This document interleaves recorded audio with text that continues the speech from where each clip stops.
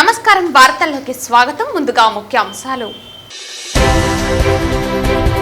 నగిరి సమీపంలోని మురళి బాలకృష్ణ సాయిరాం మైనింగ్ క్వారీల వలన ప్రజలకు నష్టం కలిగే క్వారీల పనులు వెంటనే ఆర్టీఓ నిలుపుదల చేయాలి. సిపిఐ చిత్తూరు జిల్లా కార్యదర్శి నాగరాజు డిమాండ్. శాప్లో విప్లవాత్మక మార్పులు. క్రీడారంగంలో పీపీపీ విధానంపై ప్రత్యేక దృష్టి. తిరుపతి జిల్లా కలెక్టర్ వెంకటేశ్వర్ తో AP SAAP chairman Animini Ravinaidu సమీక్ష. తిరుమల శ్రీ వెంకటేశ్వర స్వామివారి బ్రహ్మోత్సవాలలో 5వ రోజైన మంగళవారం మోహిని రూపంలో శృంగార రసాది దేవతగా సర్వాలంకార భూషితుడై దర్శనమిచ్చిన మలయప్ప స్వామివారు. వార్తల్లోని వివరాలు.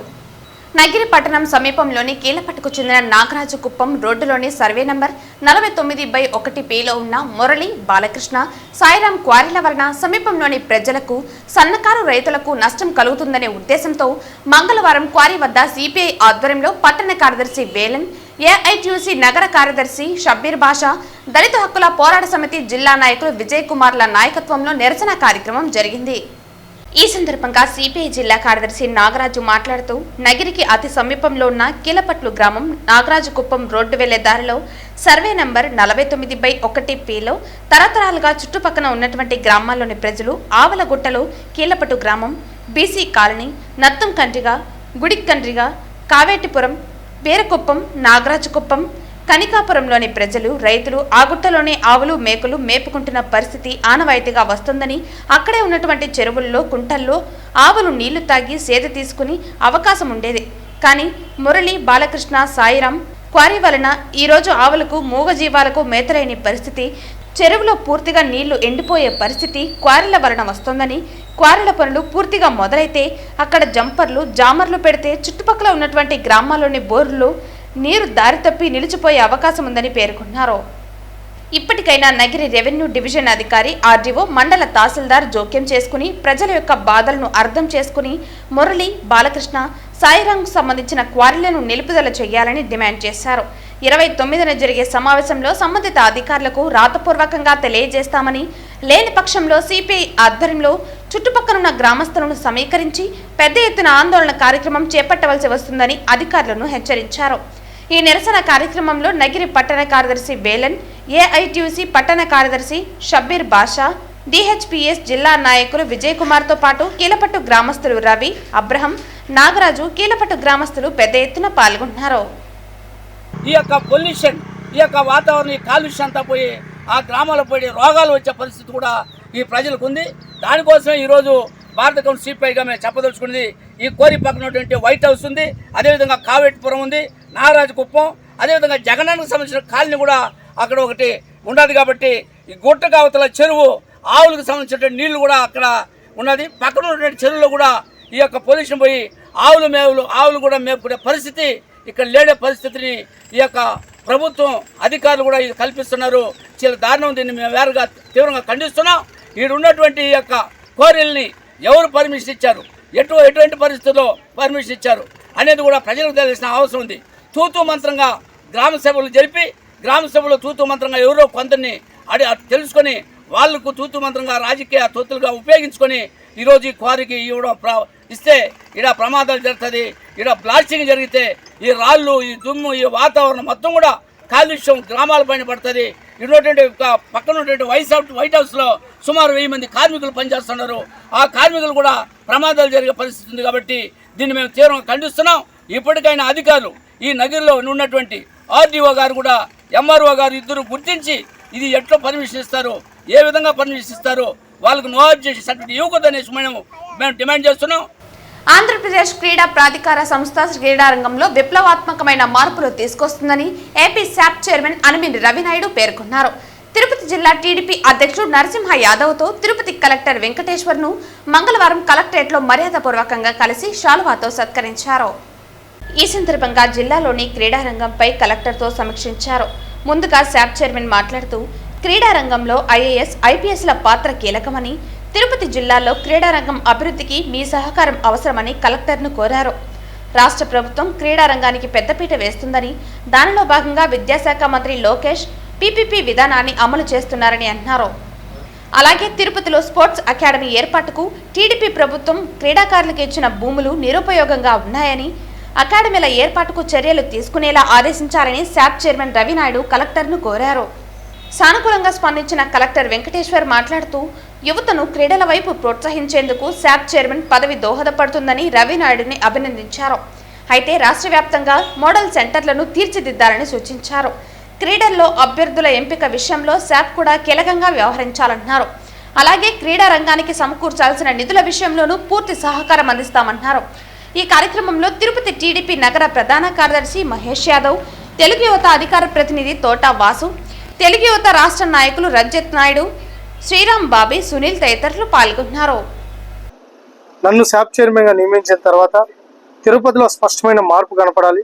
శాప్ పరిధిలో అనేక అభివృద్ధి కార్యక్రమాలు జరగాలి. తద్వారా కుగ్రామంలో ఉన్న క్రీడాకారులు కూడా జాతీయ అంతర్జాతీయ స్థాయికి ఎదగాలి, రాణించాలి, మెడల్ సాధించాలి. తదనుగుణంగా సౌకర్యాలు కల్పించాలని చెప్పి చొరవ తీసుకోవడంతో పాటు కలెక్టర్ గారిని కలిసి మా పార్టీ జిల్లా అధ్యక్షులు నసీం యాదవ్ గారితో అన్నతో కలిసి ఈరోజు అనేక విషయాల మీద కలెక్టర్ గారి దృష్టి తీసుకొని రావడం జరిగింది. శ్రీనివాస స్పోర్ట్స్ కాంప్లెక్స్ సంబంధించి పరిధిలో ఉన్న కొన్ని కార్యక్రమాలు నిర్వహించాలి. దానికి కన్స్ట్రక్షన్లు కూడా చేయాల్సినవి ఉన్నాయి. అదేవిధంగా భూ కేటాయింపులు కానీ, అదేవిధంగా పర్మనెంట్ హాస్టల్స్ కానీ, జిమ్ కానీ, ఇలా అనేక విషయాలు కలెక్టర్ గారి దృష్టికి తీసుకొని రాగా కలెక్టర్ గారు చాలా సానుకూలంగా స్పందించడంతో పాటు ఇమీడియట్లీ తక్షణమే వాటి మీద దృష్టి సారించాలని చెప్పి సంబంధిత అధికారులు కూడా ఆదేశాలు జారీ చేయడంతో పాటు ఇక్కడున్న కలెక్టర్ గారు కూడా ఒక మంచి ప్లేయర్, ఆయన కూడా క్రీడల్ని బాగా అభివృద్ధి జరపాలి, తిరుపతిలో క్రీడా హబ్గా మారాలి, ఇంటర్నేషనల్ స్టాండర్డ్స్ ఇండోర్ అవుట్డోర్ స్టేడియంలు ఏర్పాటు చేయాలి, సౌకర్యాలు కల్పించాలని చెప్పి ఆయన కూడా మంచి ఆలోచన ఉంది. దాని తగ్గట్టు ఇంప్లిమెంటేషన్ చేస్తారని కూడా చెప్పడం జరిగింది. తిరుపతి లాంటి పవిత్ర పుణ్యక్షేత్రంలో క్రీడాభివృద్ధికి ఒక గ్రామాన్నే సృష్టించాలనే ఒక తలంపు నారా చంద్రబాబు నాయుడు గారు. అలాంటి కళలను కూడా నాశనం చేసిన చరిత్ర ఈ జగన్మోహన్ రెడ్డి ప్రభుత్వానికి, చెవిరెడ్డి భాస్కర్ రెడ్డికి దక్కుతుంది. అలా కాకుండా ఇప్పుడు రాబోయే రోజుల్లో ఖచ్చితంగా కూడా క్రీడారంగ అభివృద్ధి కోసం ల్యాండ్ అలాట్మెంట్ కానీ, వాళ్ళకి కావాల్సిన వసతుల విషయంలో కానీ కలెక్టర్ గారితో కూడా ఇప్పుడు సంప్రదించడం జరిగింది. దానికి అనుగుణంగా ముందుకెళ్లడం జరుగుతుంది. ఏది ఏమైనా శ్రీ నారా చంద్రబాబు నాయుడు గారు కన్నా కళల్ని సఫలీకృతం చేసే విధంగా ఈ రోజు తిరుపతి పట్టణంలో క్రీడాభివృద్ధికి తెలుగుదేశం పార్టీ ప్రభుత్వం దోహదం చేస్తుందని తెలియజేస్తుంది. హర్యానా రాష్ట్రంలో బీజేపీ హ్యాట్రిక్ విజయం సాధించడం పట్ల హర్షం వ్యక్తం చేస్తూ ఆ పార్టీ నాయకులు తిరుపతిలో సంబరాలు నిర్వహించుకున్నారు. బీజేపీ జిల్లా సాంస్కృతిక విభాగ అధ్యక్షులు గుండాల గోపీనాథ్ రెడ్డి ఆధ్వర్యంలో తిరుపతి గోవిందరాజస్వామి మాడవీధిలో నాయకులు టపాకాయలు కాల్చి అందరికీ స్వీట్లు పంచిపెట్టారు. ఈ సందర్భంగా వారు మాట్లాడుతూ, ప్రధానమంత్రి నరేంద్ర మోదీ నాయకత్వాన్ని దేశ ప్రజలు మరోసారి కోరుకుంటున్నారు అనడానికి హర్యానా ఫలితాలు నిదర్శనమని పేర్కొన్నారు. ఈ కార్యక్రమంలో బీజేపీ జిల్లా సాంస్కృతిక విభాగం convener Gundala Gopinath, BJP senior నాయకులు సుబ్రహ్మణ్య యాదవ్, కట్టమంచి చంద్రబాబు యాదవ్, బీజేపీ తూర్పు మండల ప్రధాన కార్యదర్శి తొండమనాటి సుబ్రహ్మణ్యం రెడ్డి తదితరులు పాల్గొన్నారు. ఈరోజు హర్యానా ప్రజలు భారతీయ జనతా పార్టీకి మంచి తీర్పిచ్చి మాకు చాలా సంతోషాన్ని వ్యక్తపరిచారు. కావున హర్యానా ప్రజలకు ముందుగా శుభాకాంక్షలు, అభినందనలు తెలియజేస్తున్నాను. హర్యానాలో ఈరోజు భారతీయ జనతా పార్టీ హ్యాట్రిక్ సాధించడం మాకు తిరుపతిలో భారతీయ జనతా పార్టీ తరఫున ఈరోజు ఆనందంతో టపాకాయలు పేల్చి స్వీట్లు ప్రజలకు పంచిపెట్టాం. భారతీయ జనతా పార్టీ కాశ్మీర్ నుంచి కన్యాకుమారి వరకు ప్రజలు విశ్వసిస్తున్నారు. దానికి ముఖ్య కారణం మన గౌరవ ప్రధాని నరేంద్ర మోడీ గారు చేస్తున్న సంక్షేమ పథకాల వల్ల ప్రతి ఒక్కరికి, అన్ని వర్గాల వారికి సముచిత స్థానం కల్పిస్తూ అందరినీ వికసిత్ భారత్ లక్ష్యంగా మన భారతదేశాన్ని ముందుంచుతారు. దానికి నరేంద్ర మోడీ గారి ప్రభుత్వానికి మెచ్చి ప్రజలు పట్టం కడుతున్నారు. ఈరోజు హర్యానా ప్రజలు మాకు హ్యాట్రిక్ భారతీయ జనతా పార్టీకి అందించడం, ముఖ్యంగా హర్యానా ప్రజలకు ప్రత్యేక ధన్యవాదాలు, అభినందనలు తెలియజేసుకుంటూ జై మోడీ, జై నరేంద్ర మోడీ. హర్యానా ప్రజలు భారతీయ జనతా పార్టీ స్వాగతించారు. నరేంద్ర మోడీ నాయకత్వాన్ని బలపరచడమే కాకుండా absolute majority Bharatiya Janata party ఇవ్వడం జరిగింది. హర్యానా ప్రజలకి భారతీయ జనతా పార్టీ తరఫున ధన్యవాదాలు తెలుపుకోవడం. అదేవిధంగా ఆంధ్రప్రదేశ్ కూడా నరేంద్ర మోడీ గారు అనేక స్కీములు ఇవ్వడం జరిగింది. ఈరోజు చూసినట్లయితే 2,300 కోట్ల రూపాయలు ఇవ్వడం జరిగింది.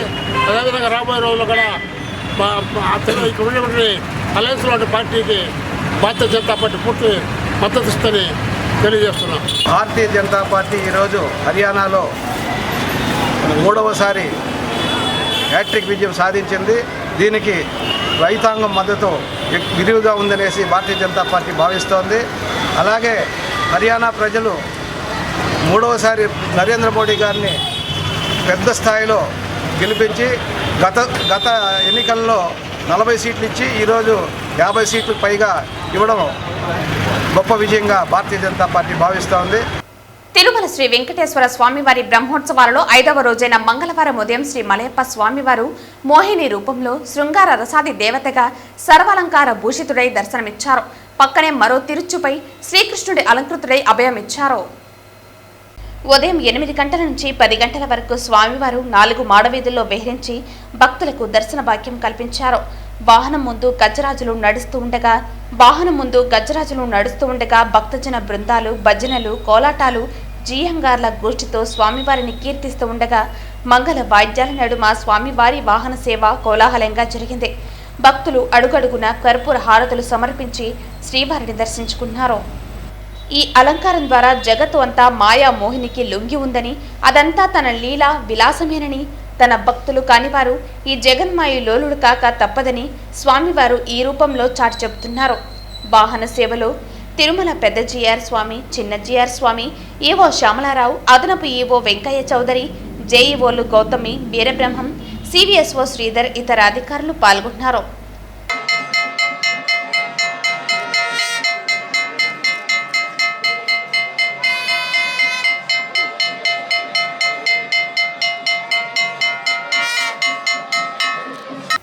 దేవి శరన్నవరాత్రులు పురస్కరించుకుని తిరుపతి బండ్ల వీధిలో నివాసం ఉండే రెడ్డప్ప గారి తిప్పారెడ్డి కుటుంబ సభ్యులు తమ నివాసంలో బొమ్మల కొలువు ఏర్పాటు చేశారు. ఈ బొమ్మల కొలువులో 9 మెట్లు ఏర్పాటు చేసి శ్రీ విష్ణుమూర్తి యొక్క దశావతారాలను, అష్టలక్ష్ములు, కృష్ణలీలలు, త్రిమూర్తులు, శ్రీరామ కుటుంబం, శివ కుటుంబం, కృష్ణ బృందావనం, కుచేల స్నేహం, రామాయణ ఘట్టాలన్నింటినీ ఈ బొమ్మల కొలువులో ఉంచారు. అలాగే గాంధీ, నెహ్రూ, సుభాష్ చంద్రబోస్ వంటి దేశ నాయకుల బొమ్మలను కూడా ప్రదర్శించారు. మన భారతీయ సాంప్రదాయాలు, ఆచార వ్యవహారాలను, వారసత్వ విలువలను భవిష్యత్తు తరాలకు తెలియజెప్పే వ్యవహారమే ఈ బొమ్మల కొలువని రాయలసీమ రంగస్థలి చైర్మన్ గుండాల గోపీనాథ్ రెడ్డి అన్నారు. ఈ కార్యక్రమంలో కోమల, చంద్రశేఖర్ రెడ్డి, మునుస్వామి, ధనలక్ష్మి, రమణ, తిరుపాల్ ఆచారి, లక్ష్మి, జయమ్మ, సుబ్రహ్మణ్యం రెడ్డి తదితరులు పాల్గొన్నారు. మేము ఈ దేవి నవరాత్రి కొలువులు ఒక 60 సంవత్సరాల నుంచి పెట్టుకొని వస్తున్నాం. మా నాన్న మా అమ్మ మాకు సాంప్రదాయంగా పెట్టుకుని అలవాటు చేయించారు. దాన్ని మర్చిపోకుండా మేము చేసుకున్నాం. దేవి నవరాత్రులు చేసుకుంటే అందరికీ ఆడవాళ్ళకి శుభం కలుగుతుందని చెప్పి ఈ కొలువుని చేసుకుంటున్నాం.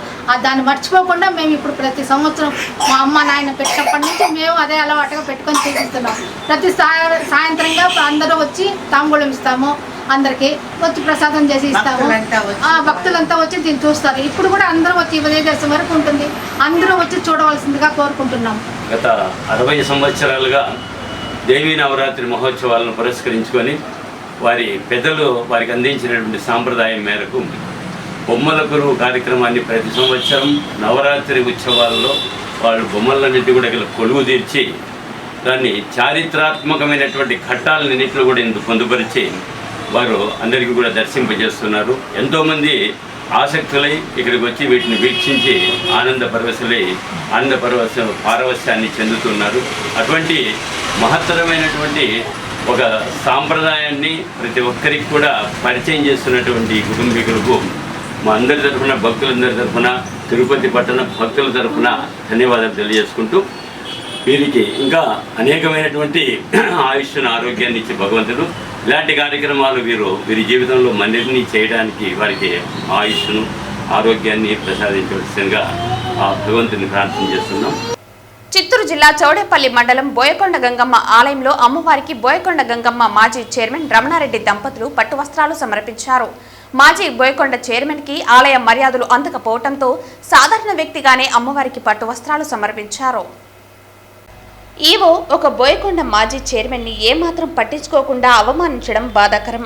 వందలాది మంది కూటమి నాయకులు, అభిమానులు, కార్యకర్తలతో ఆలయంలో అమ్మవారికి పట్టు వస్త్రాలు సమర్పించారు.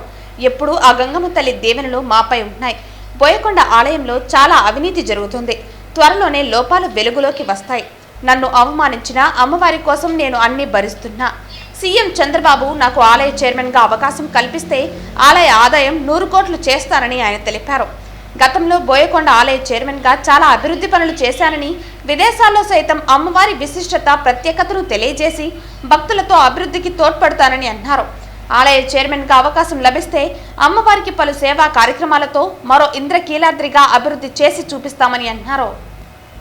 ఆహ్వానించి వాళ్ళందరికీ కూడా అమ్మవారి దేవాలయంలో అమ్మవారిని దర్శనం చేపించి ఇక్కడ పరిస్థితులు చెప్పి ఇక్కడ భక్తుల కష్టాలు నష్టాలు అందరికీ వాళ్ళకి చెప్తే వాళ్ళు స్పందిస్తారు, వాళ్ళు ఇన్వెస్ట్ చేస్తారు కోట్ల రూపాయలు.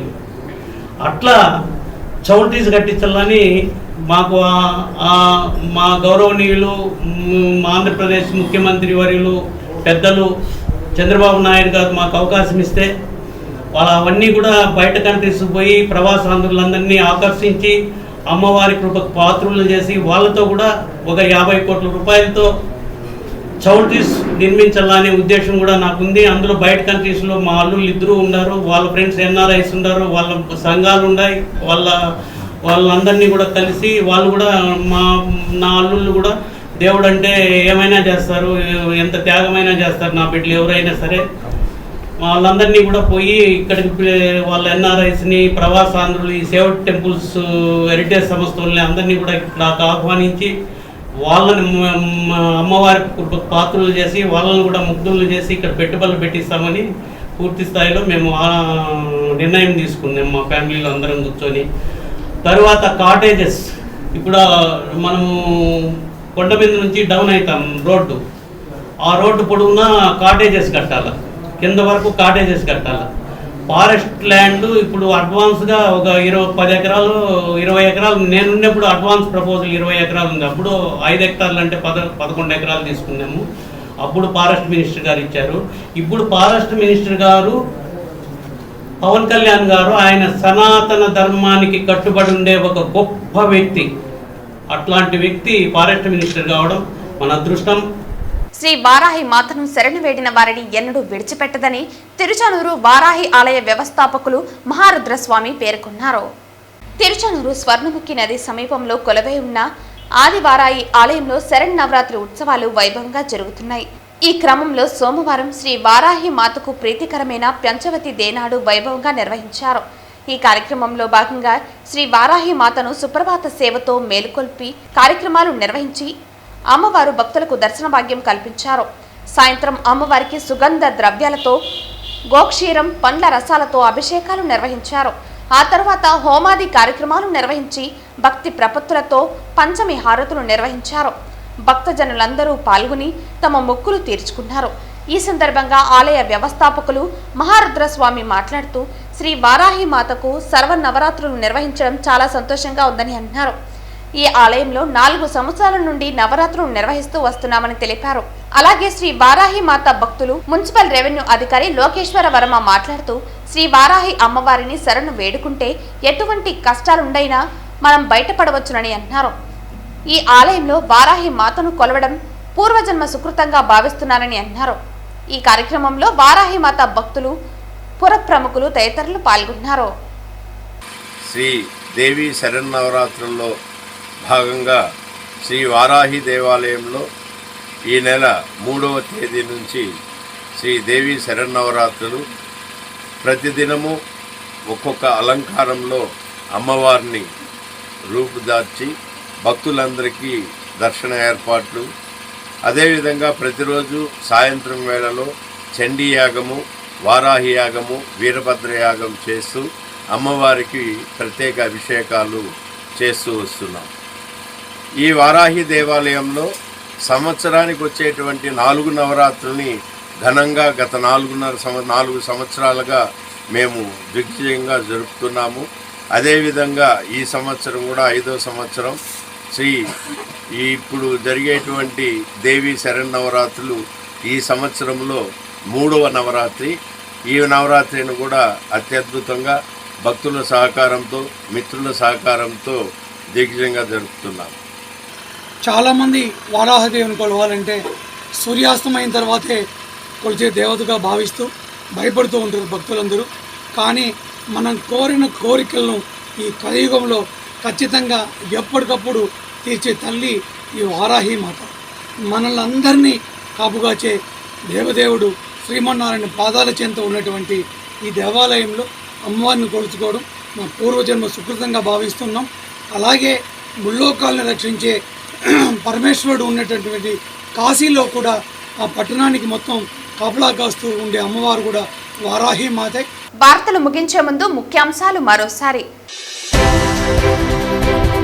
నగిరి సమీపంలోని మురళి, బాలకృష్ణ, సాయిరాం మైనింగ్ క్వారీల వలన ప్రజలకు నష్టం కలిగే క్వారీల పనులు వెంటనే ఆర్టీఓ నిలుపుదల చేయాలి. సిపిఐ చిత్తూరు జిల్లా కార్యదర్శి నాగరాజు డిమాండ్. శాప్లో విప్లవాత్మక మార్పులు. క్రీడారంగంలో పీపీపీ విధానంపై ప్రత్యేక దృష్టి. తిరుపతి జిల్లా collector వెంకటేశ్వర్తో AP SAAP chairman Animini Ravinaidu సమీక్ష. తిరుమల శ్రీ వెంకటేశ్వర స్వామివారి బ్రహ్మోత్సవాలలో 5వ రోజైన మంగళవారం మోహిని రూపంలో శృంగార రసాది దేవతగా సర్వాలంకార భూషితుడై దర్శనమిచ్చిన మలయప్ప స్వామివారు. ఈ వార్తలు ఇంతటితో సమాప్తం. తిరిగి వార్తల్లో మళ్ళీ కలుద్దాం. అంతవరకు సెలవు. నమస్కారం.